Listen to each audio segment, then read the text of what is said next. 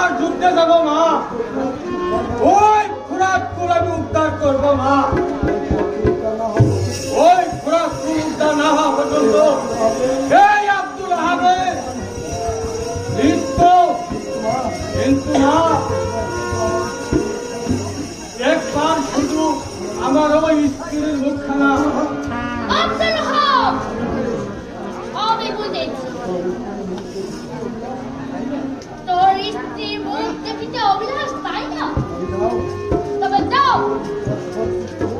কিন্তু অস্ত্র পিচ্ছ হতে নামতে পারবে না।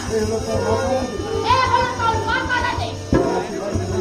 মা, আমার আশীর্বাদ করুন মা।